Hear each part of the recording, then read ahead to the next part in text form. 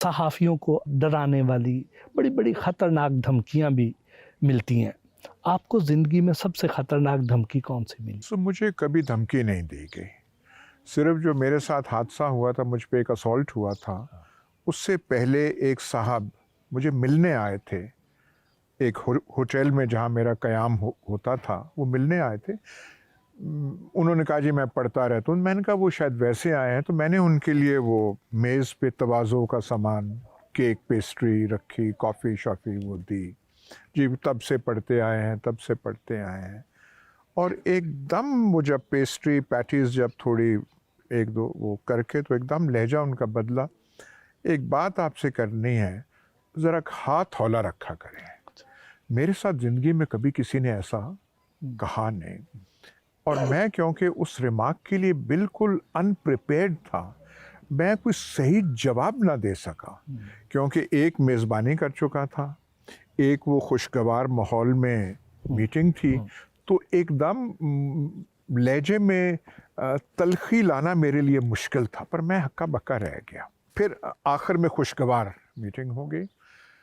2-3 रोज़ बाद एक कॉन्फ्रेंस हुई थी मैरियट इस्लामाबाद में, और वहाँ पे ये कैदी नंबर 804 के उनकी एज़ाज़ में हुई थी, और मुझे बोलने के लिए कहा गया, और मेरा ख़्याल मेरी ज़्यादा तल्ख़ी 804 के बारे में थी, और मैंने उनसे मुख़ातिब होकर कहा कि हम तो समझ रहे थे कि आप ऐसे फ़ैसले करेंगे और ऐसे करेंगे, ये आपको एक्सटेंशनों का शौक़ कहाँ से पैदा हो गया? मेरे अल्फ़ाज़ ये थे। और मैंने कहा ये जो आर्मी चीफ को एक्सटेंशन आपने वो दी थी, किस लिए आपने वो दी थी? उससे क्या वो करना चाहते थे? फिर मैंने इशारतन कहा, ये जो एक ही शख्स पे डिपेंड करना, वो हमारे हमसाए हैं, गाँव उनका पास ही है, जनरल फैज़ हमीद मेरा, उनकी तरफ इशारा था कि बलूचिस्तान में मसला है तो वही, कोई और मसला है तो वही, अफ़गान तालिबान है तो वो। ये मैंने कहा ये कहाँ से आपने कहा? वो वैसे टू हिज़ क्रेडिट हँसते रहे, मुस्कुराते रहे, और ये जब मैंने कहा वो है, सब कुछ है। लेकिन जो ही मीटिंग ख़त्म हुई, मैं अभी तक फ़ॉये में लॉबी में था मैरियट के, कि उन्हीं साहब का फ़ोन आ गया। फिर हमारी बात नहीं मानी ना? नहीं, आई एम सॉरी, वो फ़ोन नहीं था, मैसेज था कि हमारी बात फिर नहीं मानी। तो मैंने कहा क्या आप बात कर रहे हैं यार, मैं यहाँ से बाद में बात करेंगे। Then he must have realise कि मुझे ये मैसेज नहीं भेजना चाहिए था, तो दूसरा मैसेज आया, नहीं मैंने वो पूरी 2 मिनट बाद आ गया कि नहीं मैंने वो पूरी स्पीच देखी, बड़ी वो ठीक थी, ये थी। तो मेरे साथ ज़िंदगी में यही हुआ है। जनरल मुशर्रफ के ज़माने में कभी ऐसे नहीं हुआ। जनरल मुशर्रफ ने एक दफ़ा वो करण थापर से इंटरव्यू कर रहे थे, करण थापर उनका इंटरव्यू कर रहा था फॉर अपने वो चैनल के लिए, तो करण थापर ने 1-2 दफ़ा मेरे कॉलम्स का कोट किया उनको, तो गुस्से में आकर जनरल मुशर्रफ ने कहा वो तो अनबैलेंस्ड आदमी है, इंग्लिश में कहा। तो उन्होंने कहा जी आप कह रहे हैं अनबैलेंस, कह रहे येस ही इज़ अनबैलेंस्ड, और 1-2 जुमला यही कहा, कुछ और नहीं कहा।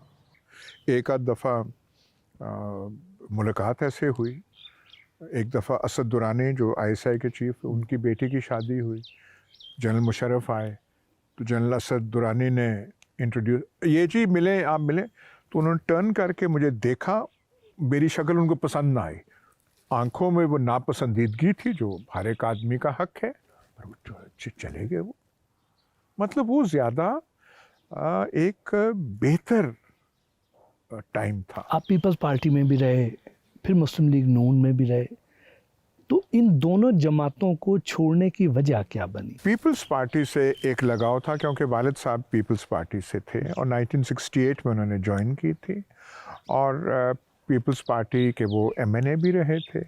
उनकी कब्र यहाँ पे है, और उनका गलाफ जो था पीपल्स पार्टी का झंडा था, वो आम कफन जो सफ़ेद होता है वो नहीं था, बल्कि और मेरे कहने पे नहीं, लोगों ने बेख्तियार पीपल्स पार्टी के झंडे में, तो वो एक लगा होता पीपल्स पार्टी का। तो ये रहा,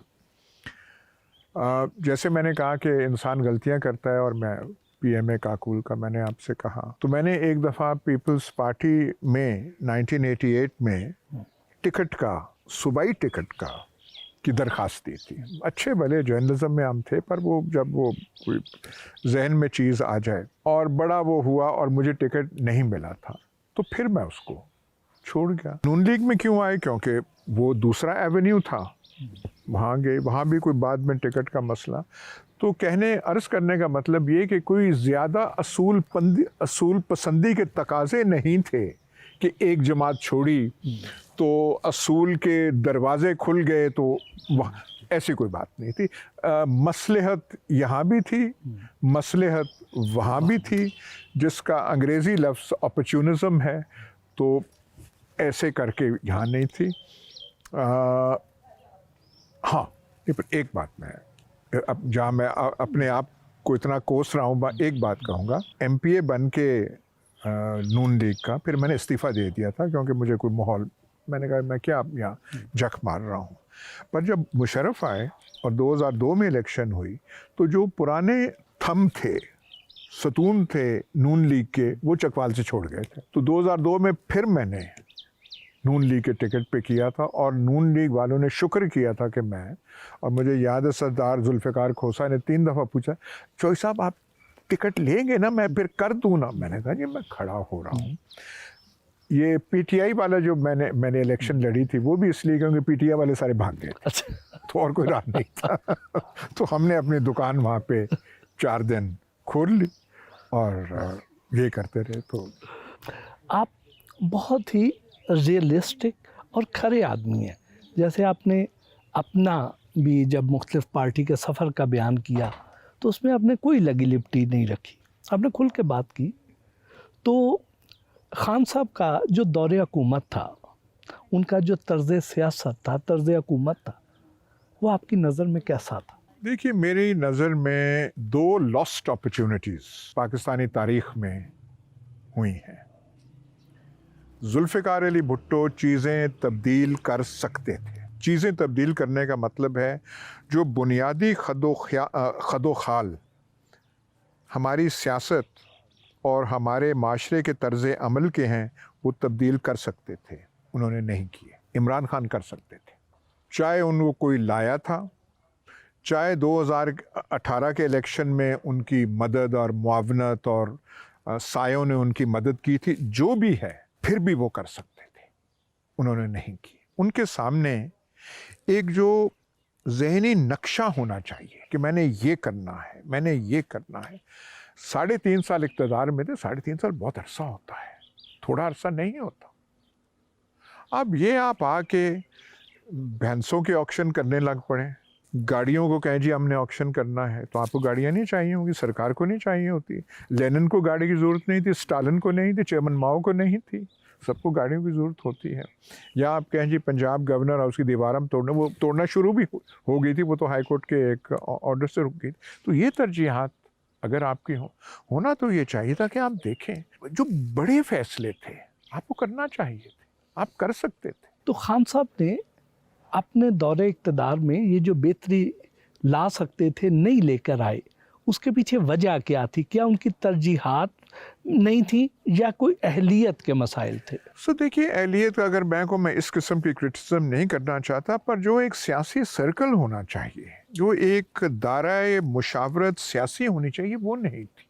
खान साहब का 22 साल इन्होंने दश्त में गुजारे। 22 साल में तो आपको बिल्कुल तैयार होके आना चाहिए था। तो 22 साल आप कर रहे हैं, ये किन से आप मुशावरत कर रहे हैं? पता नहीं आप किन से मिलते रहे।